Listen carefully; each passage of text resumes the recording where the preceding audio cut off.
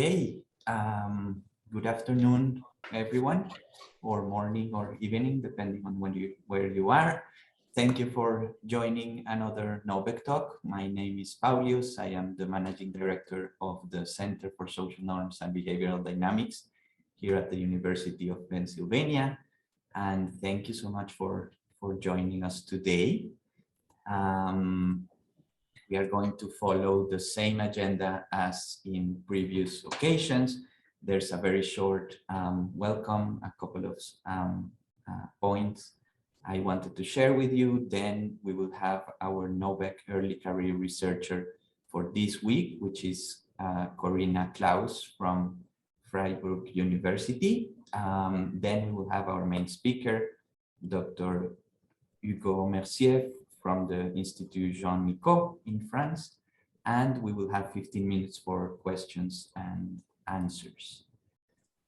A short reminder, as always, that this speaker series is organized by our Penn Center for Social Norms and Behavioral Dynamics.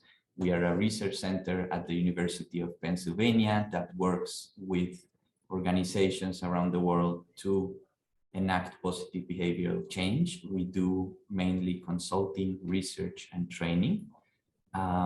If you follow this QR code, you can follow us on Twitter, all our news. And if you follow this link, you can see our webpage. As you probably know, we have a few speakers this spring. We are doing talks every 2 weeks. Here are the past and the next speakers. We have announced until now April, but we will continue after that. Every 2 weeks we will announce the next speakers. You are probably, if you are in the meeting, you are probably already in the mailing list, but you can visit our website or scan this QR code to get more information, subscribe to our shared calendar, see the videos of all our past talks. We've been doing talks for more than a year now, so there's lots of things there. And also our early career researchers are there. A few ground rules. If this is the first time that you're joining us, a brief reminder, please mute yourself when you're not speaking. If you want, if you can, please keep your camera on so that we have a more interactive experience. For questions, you can either use the chat at any time or use the raise hand function at the end of the talk in the allotted time. And we are transmitting live on Facebook, so the video will be there immediately. And the recordings of this session and all our sessions are available in our webpage, as I mentioned. With that, I'll introduce our early career researcher for today. Corinna Klaus is a PhD candidate at Freiburg University in Germany. The presentation is called "Can Moral Reminders Curb Corruption? Evidence from an Online Classroom Experiment." As you know, this will be a pre-recorded short video, but Corinna is in the audience as well. So feel free to ask any questions in the chat or make any comments in the chat. Let me share.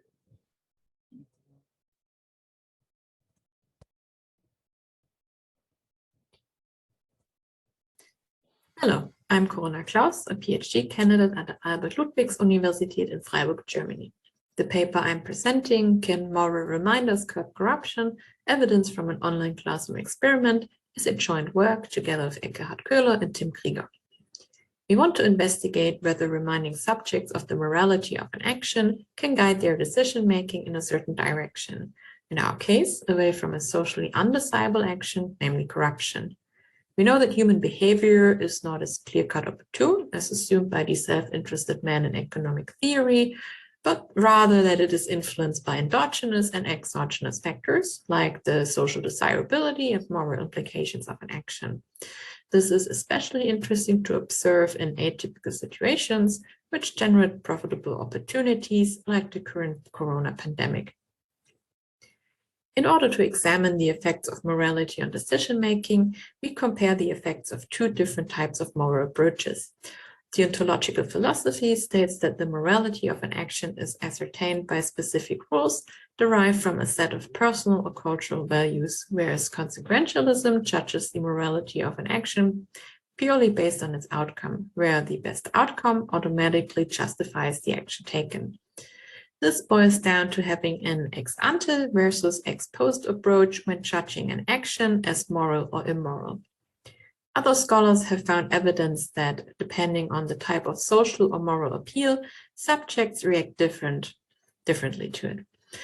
Both et al. Found that subjects reacted stronger to a deontological appeal when it came to social distancing during the corona pandemic. And Puckner and Sausgruber observed that although the frequency of payment at unsupervised newspaper sales booths did not increase, the amount paid did, using an appeal to morality, but not one reminding subjects of legal consequences. We thus formulate our hypotheses, namely that reminding individuals of the immorality of their actions makes them refrain from said actions, that the deontological reminder has stronger effects, and that in line with rational choice theory, the probability of being caught leads to less corruption.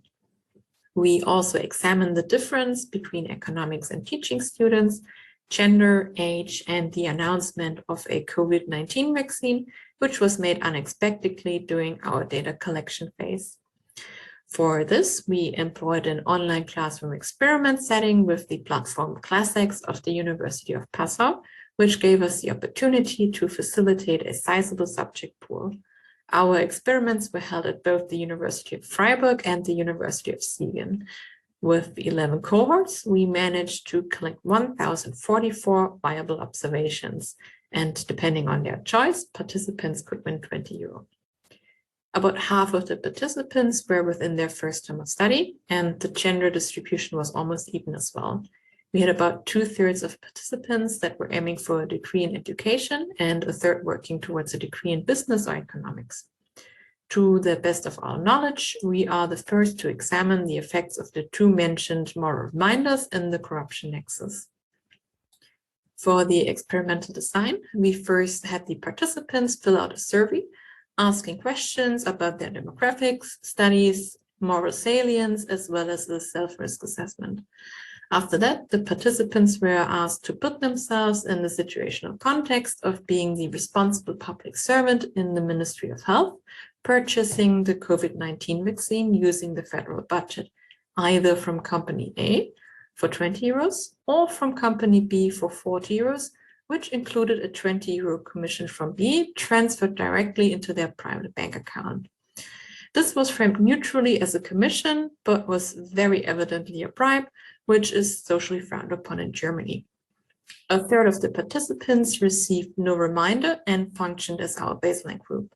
The remaining subjects received either a deontological moral reminder stating that corruption is immoral, or a consequentialist moral reminder stating that corruption is at the expense of taxpayers. We furthermore treated half of the three groups with a risk to get caught, effectively creating a 3x2 treatment design. After this, the participants had to make their choice between A and B, between being not corrupt or being corrupt with the chance to win €20.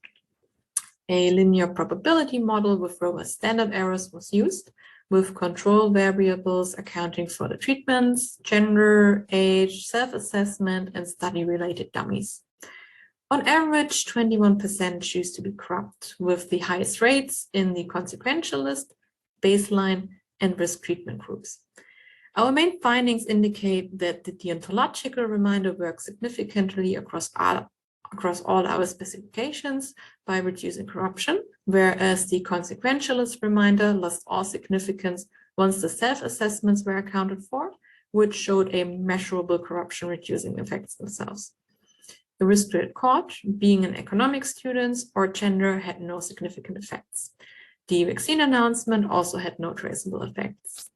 By examining the participants that ran the experiments more than once, we saw a sharp increase in corruption to 30.6% and no effects for either reminder anymore.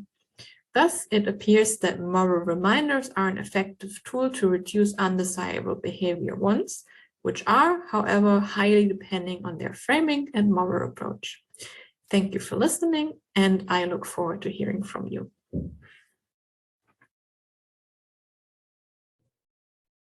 Great. Thank you so much, Corina, for a great presentation. As you probably know already, unfortunately, we don't have time for live questions for Corina, but as I mentioned, she's in the audience, so please feel free to ask any questions or add any comments in the chat. And with that, I can introduce today's main speaker. Dr. Hugo Mercier is a cognitive scientist working at the Nicod Institute in Paris. He studies human reasoning and communication, as well as cultural evolution. He is the co-author with Dan Sperber of The Enigma of Reason, and the author of Not Born Yesterday, The Science of Who We Trust and What We Believe. He's also a visiting fellow and a member of our center. And the talk today is called Not Born Yesterday, Why People Are Less Gullible Than We Think. As in several previous occasions, our moderator will be Dr. Oyvind Demand, who is an associate professor of practice in behavioral and decision sciences here at Penn and a core member of our center. So thank you so much, Hugo, for joining, and feel free to share your screen. Hi, thank you. Yes, let me see if I can do that. Is it working? Yes. Great. Well, thank you very much, Christina, for the invitation. Thank you for Paulius for organizing everything. As I was saying earlier, I will try to monitor the chat during the talk, and if there are just kind of purely clarificatory questions during the talk, I'll try to address them as I progress. Yes, so I will talk about a topic that's it's mostly covering research that other people have done and that I've tried to synthesize on gullibility, which is a kind of, it seems increasingly relevant topic. And I will start by presenting the view that I will, as you will see, I kind of violently disagree with, and the view that people are gullible, and that among others, Jason Brennan has kind of eloquently put that human beings are overly deferential to authority, that they cower before uniform opinion, that they are swayed not so much by reason, but by a desire to belong, by emotional appeal, and by sex appeal. So that's a view that, survey data can suggest that many lay people share, and a number of philosophers and psychologists and social scientists. An older version of that, in a way, is this famous quote by Voltaire, that whoever can make you believe absurdities can make you commit atrocities. I've put a picture of the translator because it reads quite differently in French, but it really is the English version that became more catchy. And so these are the three theses that I will be challenging, and that I think are fairly prevalent. Like, I don't think I'm strawmanning anything there. So the first is that people are easy to persuade, even en masse. So even persuading a lot of people quickly through mass persuasion is possible. That is possible because people are quite bad at figuring out who they should trust and what they should believe. And that because people accept misguided beliefs through mass communication, they do really, really silly things. And so we have the dramatic consequences that Voltaire alluded to. And so I will try to convince you that essentially none of these things are true, and that there is really a mountain of data showing that this is really completely misguided. So I will start with the first claim that mass communication, mass persuasion is effective at convincing people. And to try to show you how wrong that is, I will go through three examples. The first is one example of propaganda in an authoritarian regime. Then I'll move to political campaigns in the US, and then advertising. So when it comes to propaganda in an authoritarian regime, the most probably infamous example is that of Nazi propaganda in Germany. It's also one of the best studied because the Germans being very good record keepers, we have pretty good data on even kind of when Hitler was giving speeches and everything. And so it's possible now to have pretty good inferences about whether the whole Nazi propaganda had any power. But before we had these more kind of econometric methods, the historian Jan Kershaw was one of the first to really ask the question of the effectiveness of Nazi propaganda. So Nazi propaganda had been studied a lot before, but mostly in terms of what it was made of, what movies were shown, etc., and not so much how effective it had been. And so Jan Kershaw engaged in kind of very extensive kind of historical work, looking at diaries and public opinion reports and archival material. And in particular, he used these public opinion reports, which are, essentially the equivalent of Gallup, but for Nazi Germany. So there was a branch of the Nazi government that was tasked with trying to figure out what the population was thinking, because even Hitler was always worried that the population might try to overthrow him. And so on the basis of all that evidence, Kershaw concluded that Nazi propaganda largely failed, except when it could build on existing consensus, confirm existing values, and bolster existing prejudices. So essentially, it could conform people's opinions, but it could not deeply challenge them. And since then, there's more kind of quantitative evidence that supports Kershaw's conclusion. There's been a number of studies. I will just briefly cite one here, which is a lovely study by Maya Adenan and her colleagues, in which they used the proximity to radio towers as an exogenous mean of measuring exposure to propaganda. So, in the 30s, radio was one of the main means of propaganda. And if you are far away from a radio tower, you just didn't have very good radio reception. And as a result, you were just not really exposed to much Nazi propaganda. And the Nazis did not decide where the radio towers were. So they just inherited them from the previous governments. And so what they do is they treat that, again, as a mostly exogenous variable to measure whether exposure to Nazi propaganda through the radio led to increased rates of anti-Semitic acts, such as denouncing Jews to the government or writing letters to right-wing news to kind of far-right newspapers. And so what they show is that in some cases, it seems that Nazi radio propaganda did boost anti-Semitic acts, but that was only true in areas that were already highly anti-Semitic. And it tended to backfire in other areas. So that really fits well with Kershaw's conclusion that you can try to maybe reinforce or to authorize or to make people feel they can act on some beliefs they already have, but you can't really change people's beliefs, even with such a massive propaganda apparatus as that of the Nazi regime. And one of the kind of gems that Kershaw unearthed from these reports of the Nazi intelligence agency is this one that was kind of after Stalingrad, when things were really going terrible for Germany.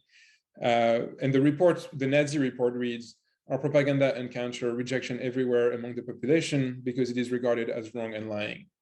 And indeed, people were, the Germans were risking their lives trying to listen to the BBC instead of listening to the German radio, to the Nazi radio.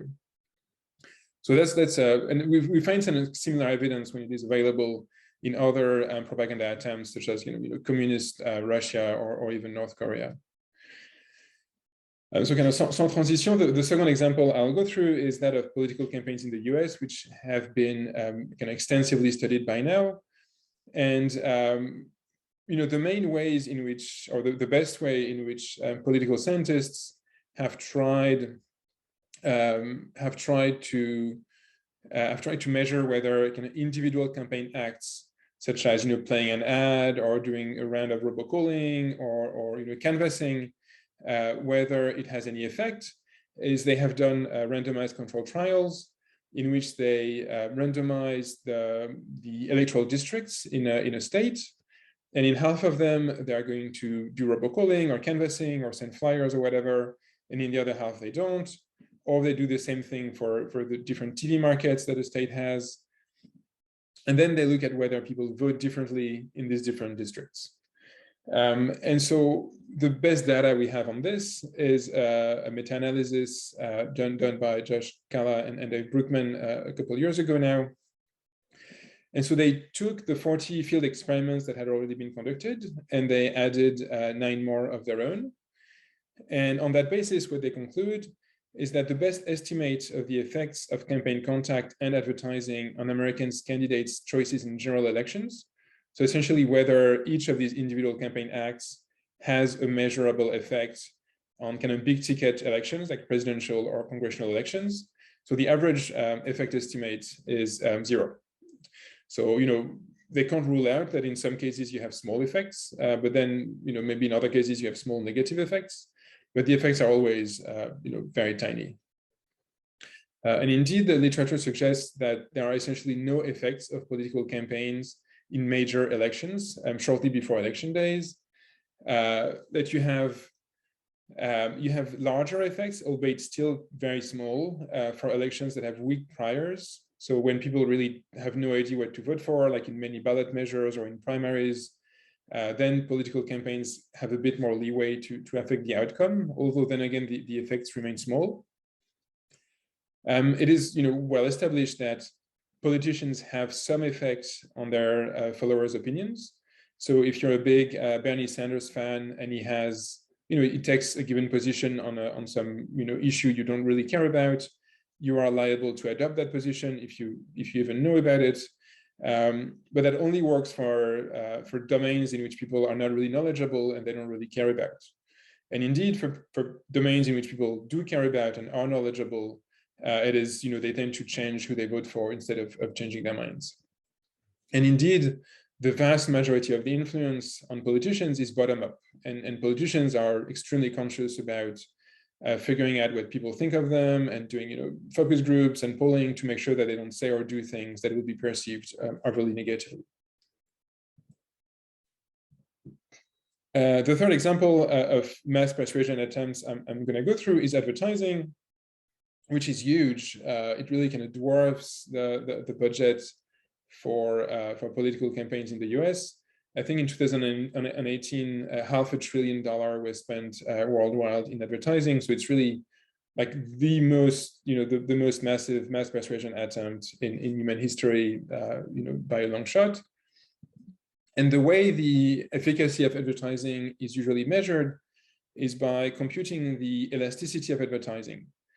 And so you take a given advertising campaign, and you look, either you artificially increase it by a given amount, or you see, what happens once it has increased by a given amount, and you look at whether the increase in sales is proportionate to the increase in advertising. And so if when you double the amount of advertising, you double the sales, then your elasticity is 1.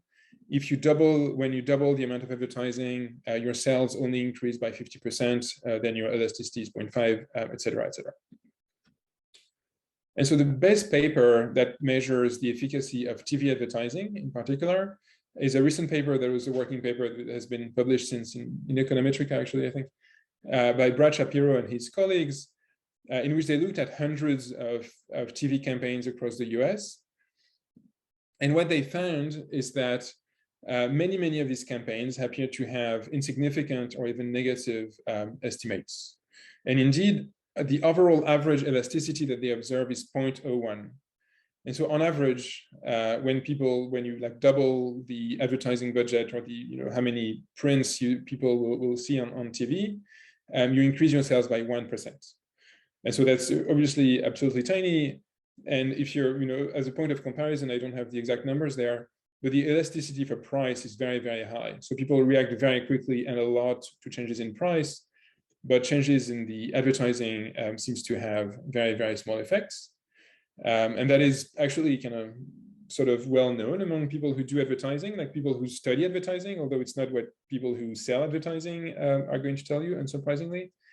And so, for instance, there was this quote from Gareth Ellis, who is one of the kind of gurus of advertising research from about 20 years ago, who already said that the truth, as many advertisers will quickly admit, is that persuasion is very tough, and that's quite an understatement.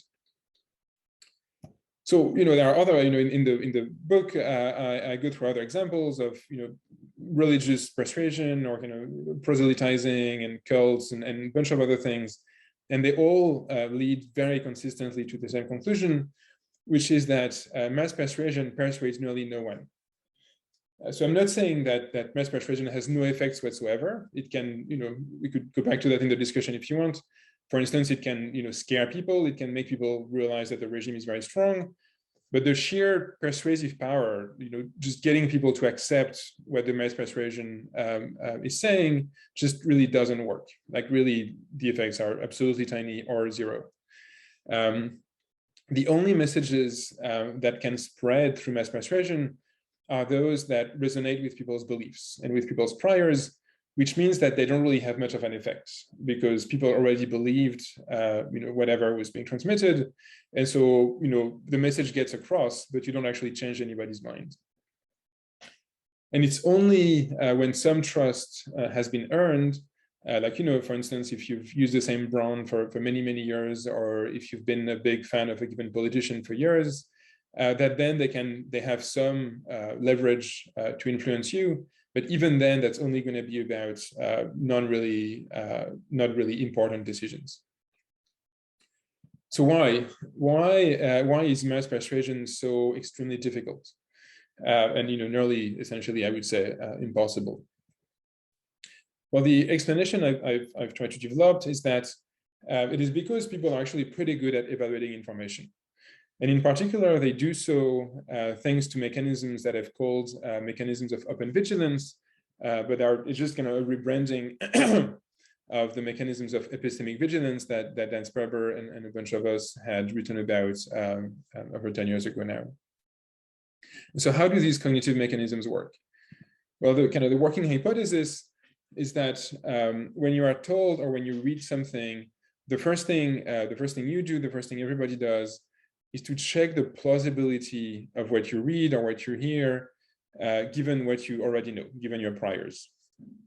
So, for instance, to take like a trivial example, if Joan tells you you should buy this phone, your first reaction will be based on whatever knowledge, whatever knowledge you already have about that phone.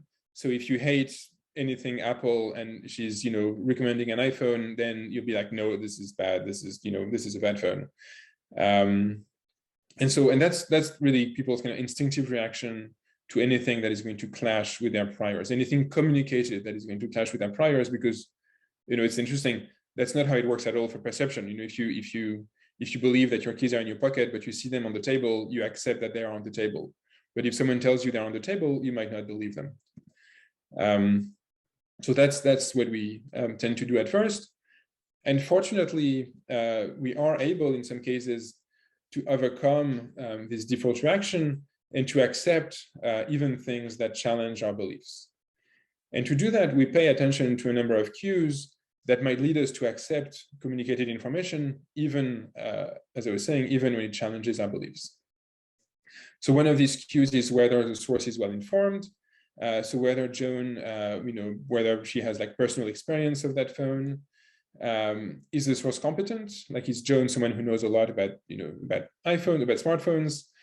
Does the source have our interests at heart? Is Joan a friend of yours, or is she a salesperson in an Apple store? Are many people agreeing? Like, if all of your friends are telling you that you should buy a given phone, it's actually quite plausible that they're right. And are there good arguments? Is Joan able to tell you that you should buy that phone because it has a great camera or a very long battery life or whatever else?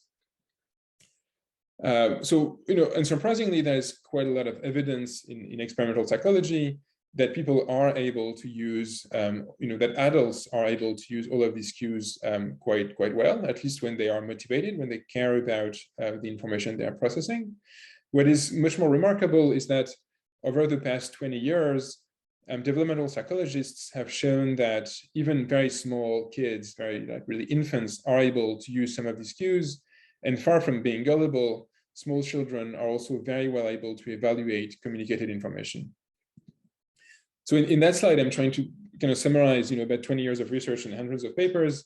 So on the left, as you can see, you have the different cues that I've just mentioned, and then you have an adorable child who happens to be mine there on the right at different ages. And I'm just going to put green check marks whenever it has been shown that children of that age are able to use that cue to tell whether they should accept, information A or information B. And as you can see, even infants are really able to discriminate between different types of information and to integrate information with their own priors. And by the preschool years, they can use all of these cues very easily. And I don't know how familiar you are with 3-year-olds, but it's quite remarkable. Like you're talking about kids that they can't count to 2, but they have a lot of mechanisms allowing them to evaluate information in a rather kind of sophisticated manner. So what happens then is that when people have these cues, when they know whether the source is well informed or not, when they know whether the source is competent, when they know where their interests lie, when they have time to exchange arguments with the source, then people are not only able to reject information from incompetent and unreliable sources, but they are also able to change their minds and to accept even information that would challenge their priors, when they have time to exchange arguments, when people have had time to build trust. And by contrast, when these cues are absent, then people, they kind of revert to a state of rational skepticism. So essentially, they have this plausibility checking. Anything that doesn't fit with their priors, they will tend to reject. And if they don't have any reason to change their minds and to accept that challenging information, they will stick to their initial intuition and they will reject it. And so I think this is why mass persuasion is so tremendously hard or impossible. It is that in a mass persuasion context, usually you don't have a lot of information about the source. It's not like a friend or a colleague or someone you've known for a long time and you've interacted with a lot.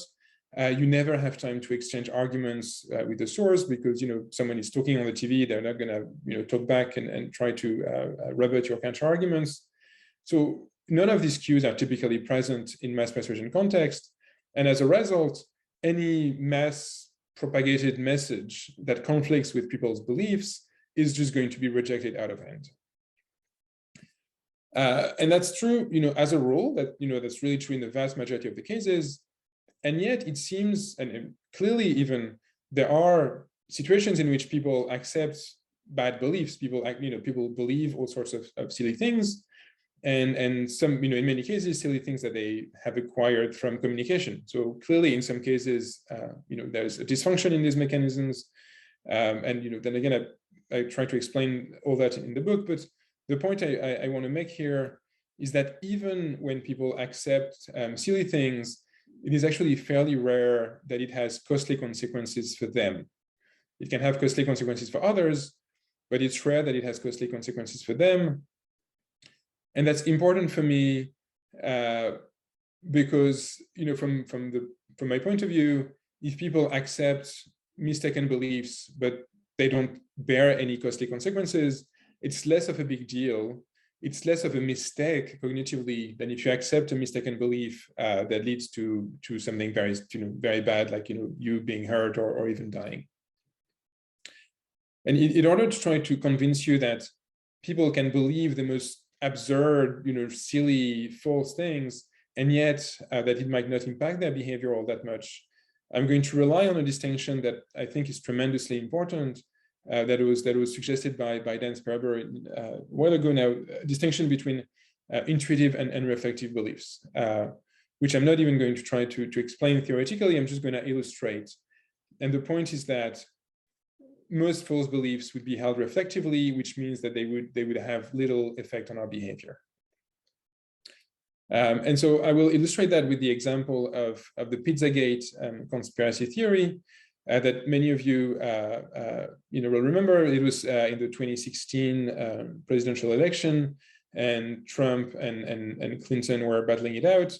And there was this conspiracy theory according to which high-level Democrats were abusing small children in the basement of this pizzeria there in the suburbs of DC. And as according to polls at the time, nearly half of Republicans and even some Democrats believed that something along these lines was plausible. And so, if you just look at these polls, it looks like maybe 100 million Americans endorsed the idea that that Democrats were raping children in the basement of that pizzeria. So that seems insane. It seems really terrible and extremely worrying. And that what made this particular conspiracy theory particularly kind of striking is that there's this one guy, Edgar Madison Welch, who after having heard of that theory, he took his assault weapon and his truck and he drove all the way to DC from, actually, I think it was in Virginia, so it's not that far. So he drove to DC and he tried to free the non-existent children from the non-existent basement in which they were supposedly held. So he was in jail for a while. But what's interesting and why so many people talked about that case is that presumably that misguided individual had what we would call an intuitive belief that the children were being held.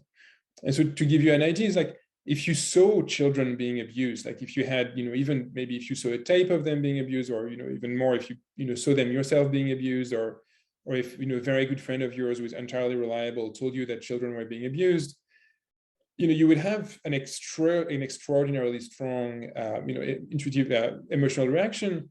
And in a way, if you genuinely intuitively believe that children are being abused, and also that the police is corrupt and all that, then trying to free them is kind of the right thing to do. Like, it's morally and maybe even kind of logically the right thing to do. And so at least this guy was coherent. Like he had his beliefs and he acted in a way that was consistent with his beliefs. Now, by contrast, consider this guy who wrote a 1-star review of the pizzeria on Google. And the review reads that the pizza was incredibly undercooked, that suspicious, professionally dressed men by the bar area that looked like regulars kept staring at my son and other kids in the place, definitely not coming back, beginning to think the conspiracies about this place are true. So that is, to us, an example of a reflective belief. And so this guy seems to have some degree of belief in the conspiracy theory. He says, maybe it's true. Clearly knew about the conspiracy theory before going into the pizzeria because, he said, I'm beginning to think it might be true. And it's just like the mismatch between his behavior and that belief is just completely nuts when you think about it. So the guy has some suspicion that there are pedophiles abusing children in a restaurant, and he brings his kid, like he brings his son there. And then, instead of calling the cops or doing something like trying to free the children, he writes a 1-star review of the pizzeria that starts with the fact that the pizza is undercooked. And only then does he go on to the whole kind of pedophilia thing. So, there's an absolute and complete mismatch between his behavior and his stated beliefs. And fortunately, this kind of mismatch is what we observe in 99.99999% of the people who endorsed Pizzagate, who either did nothing about it or submerged that poor restaurant with extremely silly 1-star reviews. And another way of kind of highlighting that contrast between intuitive and unreflective beliefs is to look at what happens when people hold conspiracy theories like Pizzagate, in which in many cases they're quite vocal. They say, well, look, there's this terrible thing happening, and they talk about it on Facebook, and they share crazy things on Twitter, and they don't hide themselves. They just they're very, very vocal about it, but they don't do anything concrete. They just they just talk about it. By contrast, when people believe in actual conspiracies, they shut up. They're afraid, and you can see that in whistleblowers. Essentially, whistleblowers are people who have witnessed actual conspiracies going on, and the behavior of these people who have an intuitive belief that a conspiracy is going on because they have seen documents being shredded, because they have seen their boss doing something fishy. These people are very worried. They're worried about their jobs. They're worried about their livelihood. They're worried about repercussions of them speaking up. So they don't say anything, and if they say anything, they're just going to try to do something to remedy the situation instead of just talking about it on Facebook. So, you have like a very strong contrast between the reflective beliefs people have in conspiracy theories and the intuitive beliefs people have when they witness an actual conspiracy. Another lovely example was provided by a study of the rumor that would have been called that would be called the fake news now, according to which Obama was a Muslim. And what that study showed was that people who already hated or disliked Obama were more likely to accept the rumor that he was a Muslim, but that accepting the rumor did not change their views of Obama. They did not come to like him less. And so then again, something that looks extremely worrying, it's bad, but it's more a symptom of the fact that there was a strong dislike of Obama in some part of the population, and not a cause of that dislike. And so, as I was saying, one way of telling that a belief is only held reflectively is that it doesn't have the behavioral consequences that it should have if it were held intuitively. And another strong clue is that the belief, many reflective beliefs are mostly used to justify your behavior and not to cause it. And I'm going to give you an example that might seem at first to look as if you have a mistaken belief that has extremely costly consequences. And I'll try to show you that it's actually not what's happening. So for hundreds and for really kind of thousands of years, Western medicine was dominated by the humeral theory of disease that was developed it was at least really kind of made more sophisticated by Galen, the Greco-Roman physician. And according to this theory, health and disease is determined by the balance between four humors. And if you want to get better, or if you want to stop to prevent being sick, you have to restore the balance between these four humors. And the easiest way of doing that, given that one of the four humors is blood, one of the easiest ways of doing that is to bleed people. And so you have bloodletting, which was one of the dominant ways of attempting to cure people throughout a lot of Western history. And one tragic example of that is when George Washington fell ill in the winter of 1799, I think. So he had a throat infection. He was already not so young by then. And as you can imagine, the best doctors of the day were called to his bedside. And what they did over the course of a few days was to bleed him of about 2.5 liters of blood. So that's, I don't know, 3/4 of a gallon. That's about half of the blood in a human body. And after which somehow George Washington died. So doctors are still arguing over whether the bloodletting killed him or not, but everybody agrees it didn't help. And so it seems as if in that case, we have really people believing an absurdity that health and disease depends on the balance between four humors, and then committing maybe not an atrocity, but certainly something a very kind of costly behavior. And George Washington was not a victim. Like he thought really as well himself that bloodletting was the cure, and that was done en masse in the US and in other Western countries, and a lot of people died from it. So it looks like a really a good example of a bad belief having terrible consequences. But in order to know whether it is really the belief in the humeral theory of disease that causes the practice of bloodletting, what we have done with some colleagues is to look at whether only people who have heard, who know about the humeral theory of disease, practice bloodletting. And so with Elena Mitton and Nicolas Clédia, we just did a survey of the anthropological and historical data. And what that shows, and that was kind of startling a bit to us, is that something like between 1/3 and 1/2 of the world's cultures practice bloodletting in one form or another. And maybe many that don't practice bloodletting are going to use emetics or laxatives or sedation or some other way of getting bad stuff out, or what is perceived as bad stuff out. And clearly, essentially, none of these people have ever heard of Galen or humors or anything like this. And indeed, most of them don't even have any kind of formal theory of why they should practice bloodletting. And so what that data very clearly shows is that for a bunch of reasons that I'm not going to go into now, it seems that drawing a bit of blood to cure some kind of ailment, and many types of ailments, is a pretty intuitive practice. Like, as a side note, Galen went so far as to recommend bloodletting for hemorrhage, which is pretty rich. But more generally, the practice of bloodletting is something that many cultures will kind of spontaneously stumble upon. And it's only in cultures that are very sophisticated and literate that you will see develop reflective theories and some kind of theoretical edifice for why bloodletting is what people should do. And then, so the vast majority of what's happening causally is people have that intuition that they should do bloodletting, and that leads them to develop this justification, these explanations for why they should do it. And the causal role of the theory on the practice is very small. For instance, on what diseases will be treated, or how bloodletting will be practiced. But the practice of bloodletting is not caused by the theory; it's really the other way around. Another lovely example. I mean, lovely is the wrong word; it's pretty sad. But another interesting example is, and it's very kind of topical, is the example of anti-vax beliefs. So what you see here is the graph of the evolution of anti or pro-vax beliefs in many countries in the world.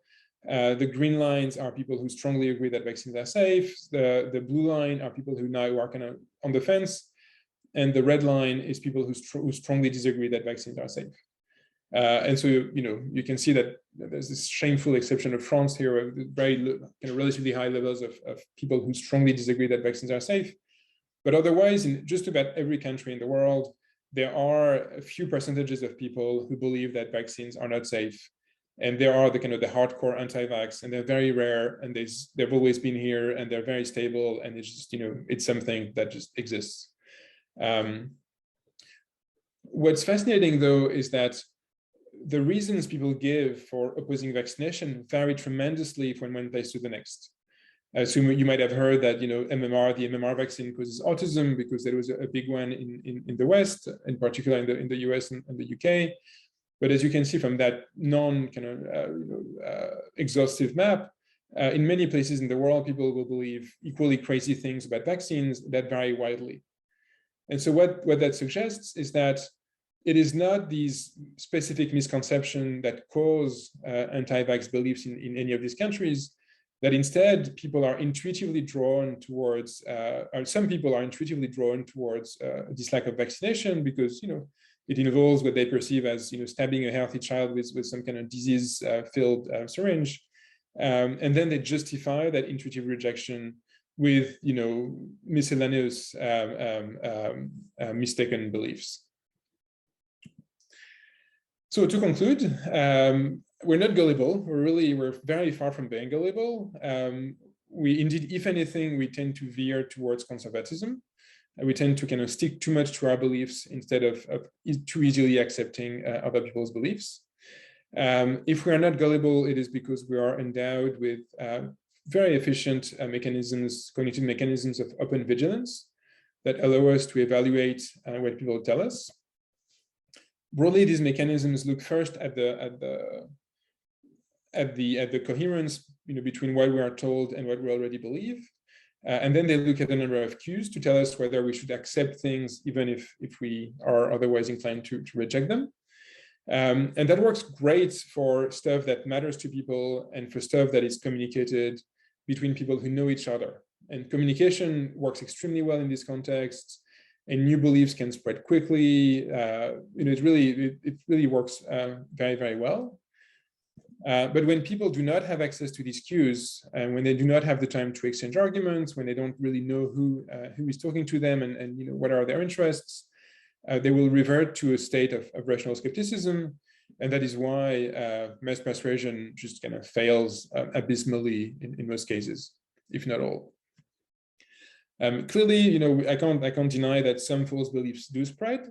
Although actually it's very rare that they spread through mass persuasion. Usually false belief spreads through kind of word of mouth, in which people have good reasons to trust each other. But even the false beliefs that do spread, they tend to be reflective. And so, people make a mistake in accepting them, but the fact that most of these beliefs have no personally costly consequences really kind of greatly reduces the amplitude of that mistake. And it's something that I haven't had time to develop here. In many cases, these beliefs, these false beliefs that people accept, not only do they have no practical downside for them, they might even have social upsides, like allowing them to justify practices or other beliefs that they have. Thank you. Thank you, Hugo. This was a great talk. There were no clarification questions along the way, which sort of speaks to how clear the whole talk was. Let me open with maybe a more general question. Can you maybe talk a little bit about the role of motivated reasoning in sort of the discussion and intuition that you have sort of developed? So what do you think is, how does motivated reasoning play into the ineffectiveness of changing people's minds? So I think the main effect of motivated reasoning is going to be to make it even harder to change people's minds. In that, when someone gives you a piece of information that disagrees with your priors, your first reaction will be to reject it, and then you might even look for arguments for why you should reject it, and that might lead you in turn to become even more entrenched in your own views. And that might be one of the causes of the kind of the backfire effects that are sometimes, although kind of very rarely, observed. But in other contexts, like the same, that's the point of the previous book with Dan Sperber there, that in an interpersonal context, when people are talking with each other, people have the same motivated reasoning, but because they are exposed to arguments from different points of view, and they can air out their own arguments, and they can, they have this back and forth, things work out fine. It's mostly in a context in which you're exposed to someone who disagrees with you, but you can't talk to them, that things go haywire. Great, thank you. I see two hands up. Let's Christina and then Dawn. Christina, you muted, sorry. Mute myself. Thank you very much. It's a wonderful, wonderful research. Now, as you know, I'm interested in belief change. Mm-hmm. And the open vigilance story is interesting in the sense that you need, various attention to certain cues, and you list the cues, and then make me change my belief. Now, the interesting thing, attention to cues, do you take them as objective in the following sense? The source is well informed. Okay, do you give an objective judgment about that, or a subjective judgment in the following sense? If there is a certain reluctance, as we know, to change certain belief, let's say I have strong priors about something, this attention to cues can be really, let's say, moderated by the fact that I have strong and, for me, well-supported priors. So, for example, the judgment of trust, the judgment of competence, the judgment that many people are agreeing or not, you seem to treat these things as some sort of objective component. Okay, we pay attention to these cues, and these cues are clear. But don't we manipulate cues? Yes, so no, that's a very good question. So essentially, I mean, all of these cues are subjective in the sense that you mean, in the sense that when I try to evaluate whether someone is competent, for instance, one of the things I will use is whether what they're saying makes sense to me. And so if my beliefs are mistaken, I will think that people who have the same mistaken belief are competent. And that's not good. So there are kind of loopholes, but because, most people's beliefs are accurate in most cases. We tend to talk about when things go wrong, but in most cases, things do go right. Then these heuristics work, but they are only heuristics, and they will go wrong in some cases. But I still think that the main way in which they go wrong is by kind of errors of omission. Like, we don't accept information that we should have accepted, instead of rejecting information. we reject information we should have accepted instead of accepting information we should have rejected. So I think sometimes we do accept bad things that we should have rejected, and that happens. But the vast majority of the kind of mistakes people make is by rejecting information they should have accepted. And so when you look at, like the current, problems in the US with, polarization around vaccination, for instance, or polarization around how bad the epidemics is, I think what's happening is not so much that some Republicans have been convinced that it's not a big deal and that, vaccines don't work. What's happening is that most Democrats have been convinced that the epidemic is a big deal and that vaccines work. So in a way, Republicans, they stayed at their baseline, which is, well, I don't know anybody who's died, and I haven't personally witnessed that the vaccines work. And so my priors are that it's not a big deal and that vaccines don't work. And then I haven't been persuaded otherwise. And that's the big failure, rather than people actually actively convincing them of these mistaken beliefs. I want to follow up with another question. Isn't Sperber distinction of intuitive and reflective belief do a lot of the job? Yes, well, it does some of the job. I mean, we tend to focus on these kind of crazy beliefs, and so it does a lot of the job in terms of explaining why people have these crazy beliefs. In terms of the broader kind of look at how communication works, people do have well-funded beliefs for the vast majority of things. Like if you look at things like rumors, we all think, oh, rumors are crazy and people believe these crazy things. But studies of rumor accuracy have shown that in the workplace, for instance, like essentially all the rumors are true. Like rumors about who's going to get fired, who's going to get promoted, like nearly all of them are true, because you're in a context in which you do have these cues. People know who they're talking about. They know who they're talking to. They have an incentive not to say things that are too silly, because then people are not going to take them seriously anymore. And then only true rumors are actually going to spread. But people don't really talk about that because, it's things working well and it's not interesting. Thank you. We will continue the discussion. So maybe before we go to Don, let me interject a question in a comment section, which seems to be related to what Christina just asked. Hugo, you can see that, right? So there's a question about the evolution of cognitive mechanisms on how. Oh yeah, so Rob's question. Hi Rob. So do you think we have, so shall I read it or shall I just answer it? Up to you. I mean, so the question is about whether we have developed mechanisms to deal strategically with these beliefs. So I don't know if you have an opinion. Oh yeah. So there are quite a few people who are, so the idea is that we would be kind of self-deceiving and that we would have the ability to hold reflective beliefs, and we're not realizing that we hold these beliefs, but there is no impact on our behavior. I don't think we need some specially evolved cognitive mechanisms.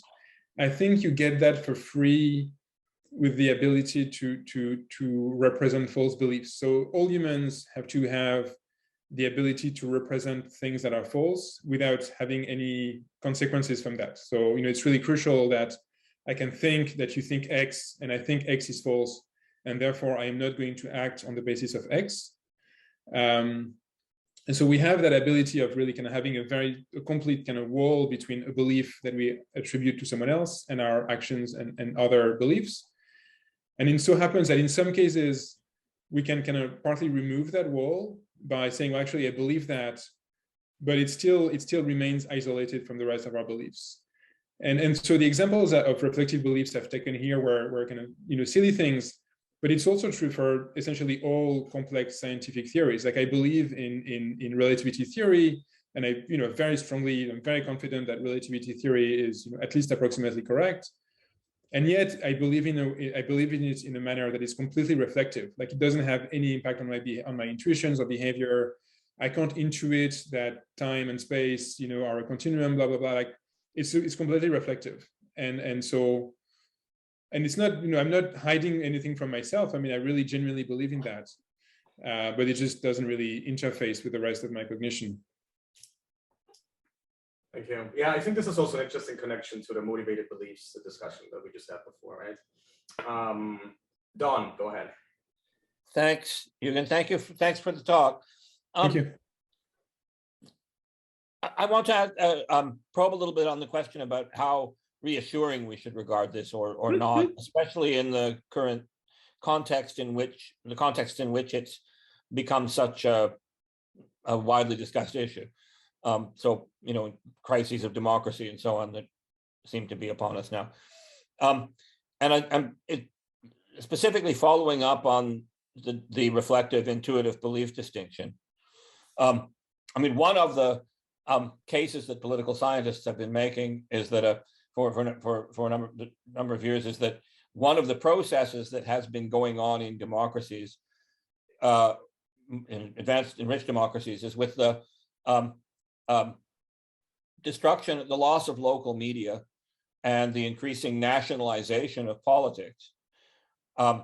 People's political engagement is less and less conditioned on the actual on actual scenarios they have to work with and engage with at the local level, and more people are voting on the basis of national scale issues in very large countries, where presumably then most of the beliefs that might be relevant to their electoral decision are going to be highly reflective and not very intuitive, right? So if the polls are correct, are accurate, and these polls are repeated over and over and over again and done well in many cases, people believe that foreign aid is 60 times higher than it is, and they have wildly wrong beliefs about expected social mobility and so on. And those are the votes that keep, those are the beliefs that key their votes.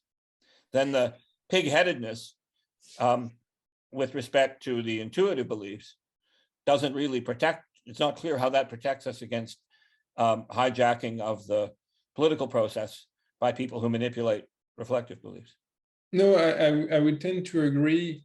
I guess and indeed there's some, well, I guess the only thing is it's not clear the extent to which the kind of mistaken beliefs you are referring to causes people to vote in different ways, or more kind of helps them justify their votes and make everything coherent. So, and there's some evidence suggesting that it mostly plays a post hoc role, because there has been a lot, obviously, of attempts trying to correct these misconceptions, and it's usually relatively easy to do. Like, you give people good evidence, and most people are going to change their mind substantially on these issues, but that's not going to affect their deeper political views, or that's not going to affect whom they're going to vote for, and so that's, I mean, in a way, that's the half empty side of the glass. Is that the way I'm presenting it is, look, it's great, people can resist propaganda, and even if they have crazy beliefs, it doesn't really impact their behavior, so everything is okay.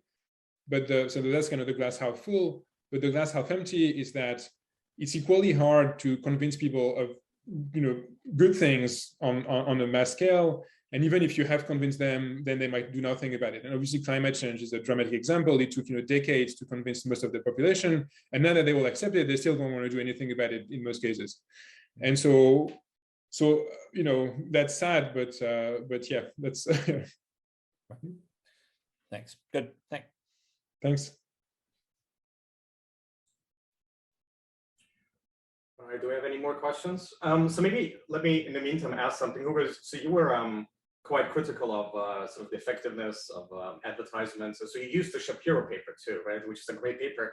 But I believe one of them, and I might misremember that paper, but I think one of the results that they argue is not so much that all of the advertisement is completely ineffective, but that companies are especially bad at spending money, in a reasonable way. And so ultimately, they spend so much money that it overpowers any benefit that you have from making people change their minds. So do you think do you believe there's something to be said about we can change people's minds, but maybe we're not smart enough about going about this, or what is your? No, I tend to agree that so they show that some campaigns are extraordinarily effective, because they have so many of them. It's hard to know if it's statistical noise or if it's more than that, but it does seem that, and there's also some data on internet advertising that shows them slightly larger effects. Even they're very, very small things, but still larger than that. So it works in some cases. But the way it works typically is So, it becomes kind of hard to call it persuasion. It's really when you have the right products and you're just informing people. Like, if you're a big Star Wars fan and you hear that there's a new Star Wars movie coming out, you're probably going to go see it. But saying that the advertising persuaded you of watching the movie is in a way a bit of a stretch. Like, it's informing you that there is a movie that you would want to see. And so when advertising works, I think it is through that. So, the job really is to make a product that people want to, see or use, etc. And then you just have to inform people that it's out there. And that's hard, but even that is really hard. Yeah. So before I get to Alexandros, I see your hand up. Let me just mention a related concept that I think fits beautifully in what you said. And it's sort of in line with the research that Christina and I and others are doing, which is the idea of nudgeability, right? So often we think we just nudge people and then we see what happens, and we look at sort of average effects and underestimate sort of the heterogeneity of the population, right? And so this nudgeability research now pushes for the idea that, not everybody is susceptible to interventions and behavior change in the same ways. And so if you have a very anti-position in something, it's very difficult to change your belief through like simple interventions, advertisement, messaging, whatnot. If you are uncertain, if the norm's uncertain, if your belief's uncertain, if you're on the fence, it's much easier to push in the right direction. I think that's very much in line with sort of your argumentation too, right? Yes, So no, completely. Yeah. Great. Alexandros, go ahead. Thanks very much. So I think I wanted to ask something that is related to what Eugen was discussing, like about internet advertising or targeted advertising and like mass persuasion. So if, according to what you said, if, I don't know, an algorithm knows what beliefs I hold, am I not immediately more susceptible to be persuaded? And what do you? Well, then again, it's a matter of what you call being persuaded. I mean, if the algorithm is well done, it will give you advertising that is maybe more likely to be effective because it will actually show products that you want. So, I mean, it's funny because people have this view of advertising that is entirely kind of cynical and, it's bad. Whenever we're influenced by advertising, it's bad. But, there are many products that I've bought based on advertising that I'm very happy with, and very few that I've bought based on advertising that are bad. I mean, it's just, so, I mean, yeah. I mean, I still have a lot of work to do. When I see the products that people advertise to me on Facebook, they're not there yet. So. but they're working towards it for sure. Yeah. Sorry, what were you saying? I'm thinking more about election campaigns, for example, right? If they can give me the right reasons to support a particular candidate, then the mass persuasion may be more kind of affecting me more. Yes, yeah, no, but yeah, I mean, good luck. So in theory, that's true, but people have such kind of idiosyncratic beliefs, and everybody, because I mean, so we tend to see people as, like we have the Republicans and they all agree on such and such thing, and Democrats and they all agree on such and such thing. And that's typically true of only a very small fragment of the electorate that is very motivated and very kind of politically engaged. And most people's opinions are all over the place, and they don't really care about politics in the first place. And these people are really hard to get because they don't, first of all, they're not even going to engage with the material. They're all going to have very different beliefs. And I mean, if you can talk to people and that works, but it's, and canvassing does have small but significant, effects, but it's so costly and it's really hard to scale up. Great. So we have Alize, and then Christina will close out the Q&A. Hi, thank you. Thank you very much for your very interesting talk. I've learned a lot today because this is not a literature I'm familiar with at all. And I just had a question on the mechanism that you present. So I will try to say it in my own words, because obviously everything is new to me, but the cognitive mechanism you present, where people acquire new belief or refuses information which is presented to them.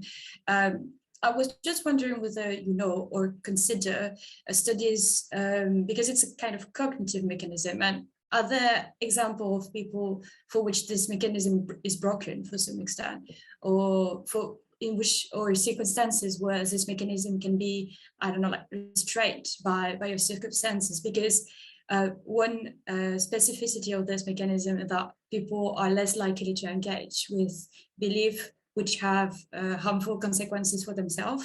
But if you think about people who get involved in sects or are staying in toxic relationships, I don't know whether these topics are really related with what you're presenting, but I just were wondering whether we could link this cognitive kind of broken way of having this cognitive mechanism relating with what people can engage with behavior and beliefs, which at the end of the day are harmful for themselves.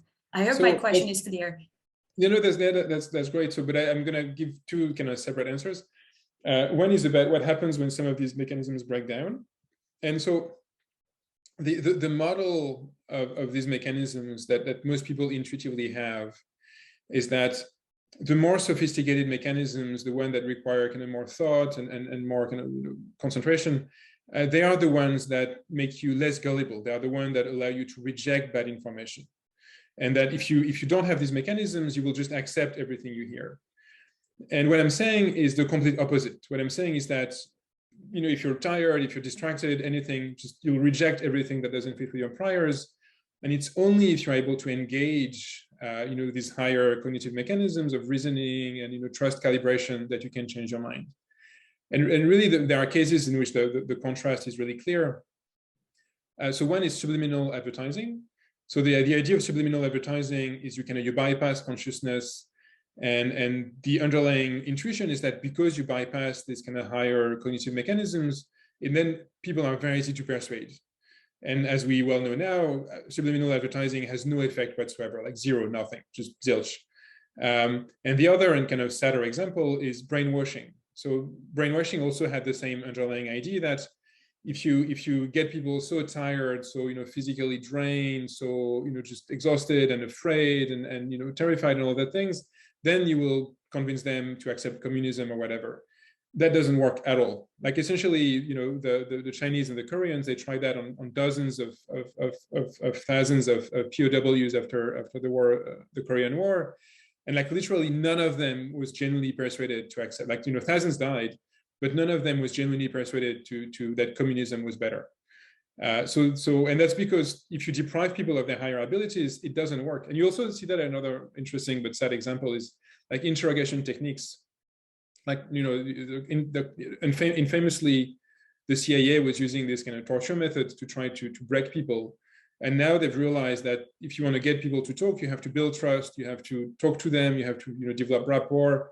It's always the same thing, like, you know, just, you know, kicking off or, you know, disrupting these higher cognitive abilities are just going to make people resist to anything you want to tell them. And it's really by engaging with, you know, arguing with them and building trust that you can overcome that. And then that kind of leads me to the other point of the question, which is how do sects work? And it's the same. Like if you look at sects, even the ones that have had the most dramatic consequences, like the one with that they all drank the Kool-Aid in South America. At the beginning, Jim Jones, the leader of that sect, he was great. Like he was really helping these people. Like for, you know, over 10 years, 15 years, he built, you know, he gained their trust, and he was really helping them, and so, you know, that kind of had dramatic consequences, but it's not like a magic recipe. Like it's really hard. Great, thank you. Christina, do you want to close out with your question? Yes, thank you. I'm very, very involved at this point in research about belief change and behavioral change. Mm-hmm.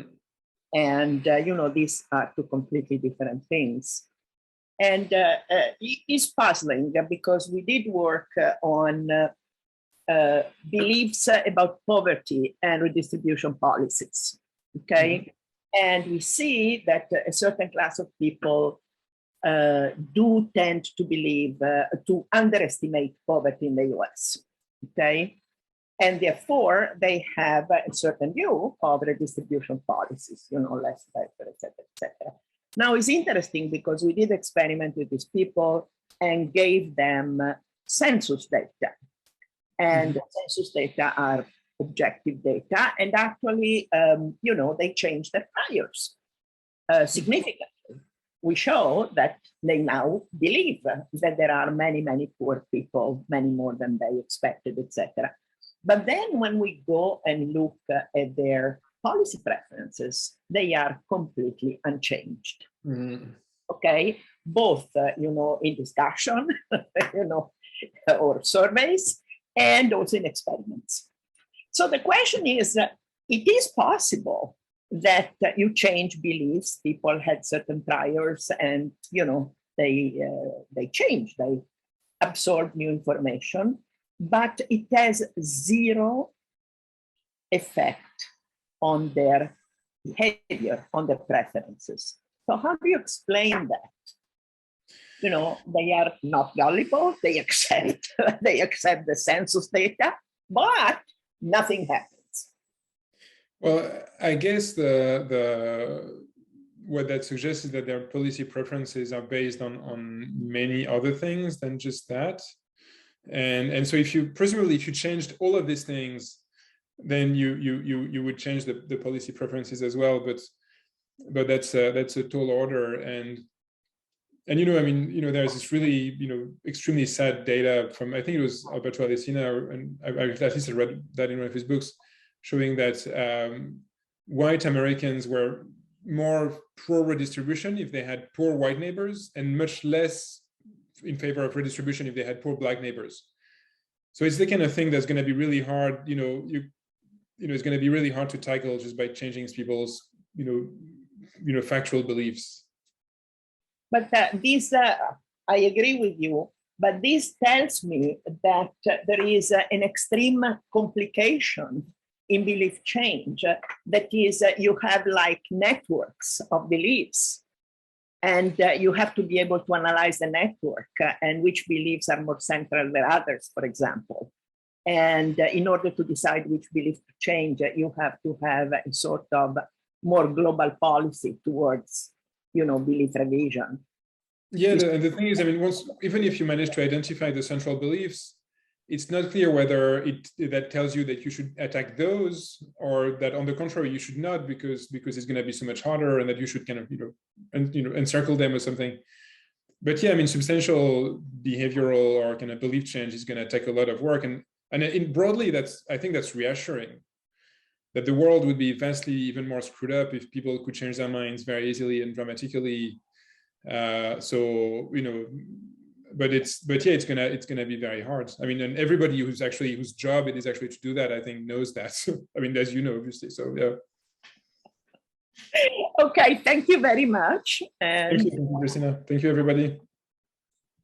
There are no more questions. Thanks, Hugo. This was great. Thanks, everybody, for coming. Great questions. And see you guys in 2 weeks. Thank you so much. See you. Thank you.